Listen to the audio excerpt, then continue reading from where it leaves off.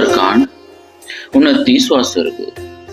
रावण का देवसेना के बीच से होकर निकलना, देवताओं का उसे कैद करने के लिए प्रयत्न, मेघनाद का माया द्वारा इंद्र को बंदी बनाना तथा विजयी होकर सेना सहित लंका को लौटना। जब सब और अंधकार छा गया, तब बल से उन्मत्त हुए वे समस्त देवता और राक्षस एक दूसरे को मारते हुए परस्पर युद्ध करने लगे। उस समय देवताओं की सेना ने राक्षसों के विशाल सैन्य समूह का केवल 10वां हिस्सा युद्ध भूमि में खड़ा रहने दिया। शेष सब राक्षसों को यमलोक पहुंचा दिया। उस तामस युद्ध में समस्त देवता और राक्षस परस्पर जूझते हुए एक दूसरे को पहचान नहीं पाते थे। इंद्र, रावण और रावण पुत्र महाबली मेघनाद, ये तीन ही उस अंधकाराच्छन्न सम्रांगण में मोहित नहीं हुए थे। रावण ने देखा मेरी सारी सेना क्षण भर में मारी गई। तब उसके मन में बड़ा क्रोध हुआ और उसने बड़ी भारी गर्जना की। उस दुर्जय निशाचर ने रथ पर बैठे हुए अपने सारथी से क्रोधपूर्वक कहा, सुत, शत्रुओं की सेना का जहां तक अंत है, वहां तक तुम इस सेना के मध्य भाग से होकर मुझे ले चलो। आज मैं स्वयं अपने पराक्रम द्वारा नाना प्रकार के शस्त्रों की मूसलाधार वृष्टि करके इन सब देवताओं को यमलोक पहुंचा दूंगा। मैं इंद्र, कुबेर, वरुण और यम का भी वध करूंगा। सब देवताओं का शीघ्र ही संहार करके स्वयं सबके ऊपर स्थित होऊंगा। तुम्हें विषाद नहीं करना चाहिए। शीघ्र मेरे रथ को ले चलो। मैं तुमसे 2 बार कहता हूं, देवताओं की सेना का जहां तक अंत है, वहां तक मुझे अभी ले चलो। यह नंदनवन का प्रदेश है, जहां इस समय हम दोनों मौजूद हैं। यही से देवताओं की सेना का आरंभ होता है। अब तुम मुझे उस स्थान तक ले चलो जहां उदयाचल है। नंदनवन से उदयाचल तक देवताओं की सेना फैली हुई है। रावण की यह बात सुनकर सारथी ने मन के समान वेगशाली घोड़ों को उससे शत्रु सेना के बीच से हाँक दिया। रावण के इस निश्चय को जानकर समर भूमि में रथ पर बैठे हुए देवराज इंद्र ने उन देवताओं से कहा, देवगण, मेरी बात सुनो। मुझे तो यही अच्छा लगता है कि इस निशाचर दशग्रीव को जीवित अवस्था में ही भली भांति कैद कर लिया जाए। यह अत्यंत बलशाली राक्षस वायु के समान वेगशाली रथ के द्वारा इस सेना के बीच में होकर उसी तरह तीव्र गति से आगे बढ़ेगा जैसे पूर्णिमा के दिन उत्ताल तरंगों से युक्त समुद्र पड़ता है। यह आज मारा नहीं जा सकता, क्योंकि ब्रह्मा जी के वरदान के प्रभाव से पूर्णतः निर्भय हो चुका है। इसीलिए हम लोग इस राक्षस को पकड़कर कैद कर लेंगे। तुम लोग युद्ध में इस बात के लिए पूरा प्रयत्न करो। जैसे राजा बलि के बांध लिए जाने पर ही मैं तीनों लोकों के राज्य का उपभोग कर रहा हूँ, उसी प्रकार इस पापी निशाचर को बंदी बना लिया जाए, यही मुझे अच्छा लगता है। महाराज श्री राम, ऐसा कहकर इंद्र ने रावण के साथ युद्ध करना छोड़ दिया और दूसरी ओर जाकर सम्रांगण में राक्षसों को भयभीत करते हुए वे उनके साथ युद्ध करने लगे। युद्ध से पीछे ना हटने वाले रावण ने उत्तर की ओर से देव सेना में प्रवेश किया और देवराज इंद्र ने दक्षिण की ओर से राक्षस सेना में प्रवेश किया। देवताओं की सेना 400 कोस तक फैली हुई थी।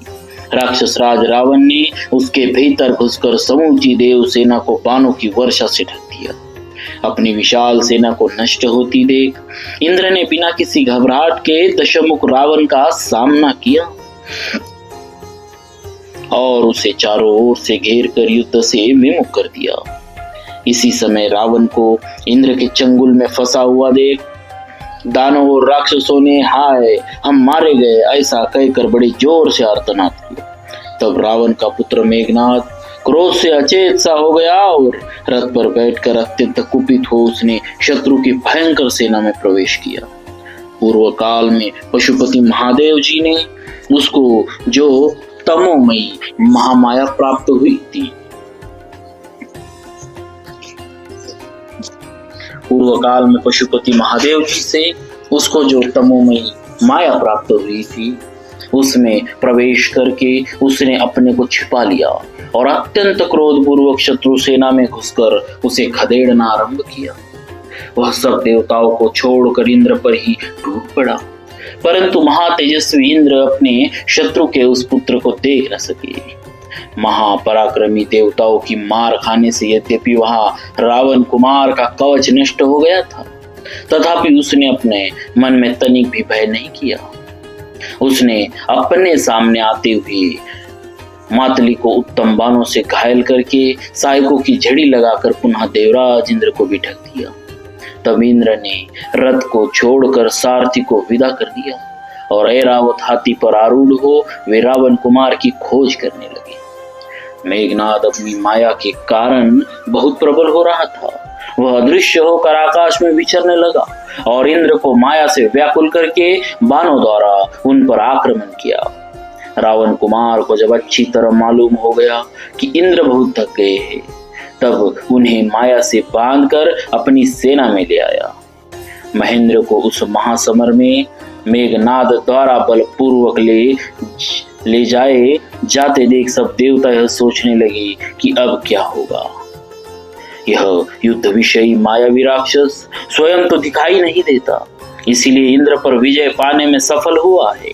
यद्यपि देवराज इंद्र राक्षसी माया का संहार करने की विद्या जानते हैं, तथापि इस राक्षस ने माया द्वारा बलपूर्वक इनका अपहरण किया है। ऐसा सोचते हुए वे सब देवता उस समय रोष से भर गए और रावण को युद्ध से विमुख करके उस पर बाणों की झड़ी लगाने लगे। रावण आदित्य और वसुओं का सामना पड़ जाने पर युद्ध में उनके सम्मुख ठहर न सका, क्योंकि शत्रुओं ने उसे बहुत पीड़ित कर दिया था।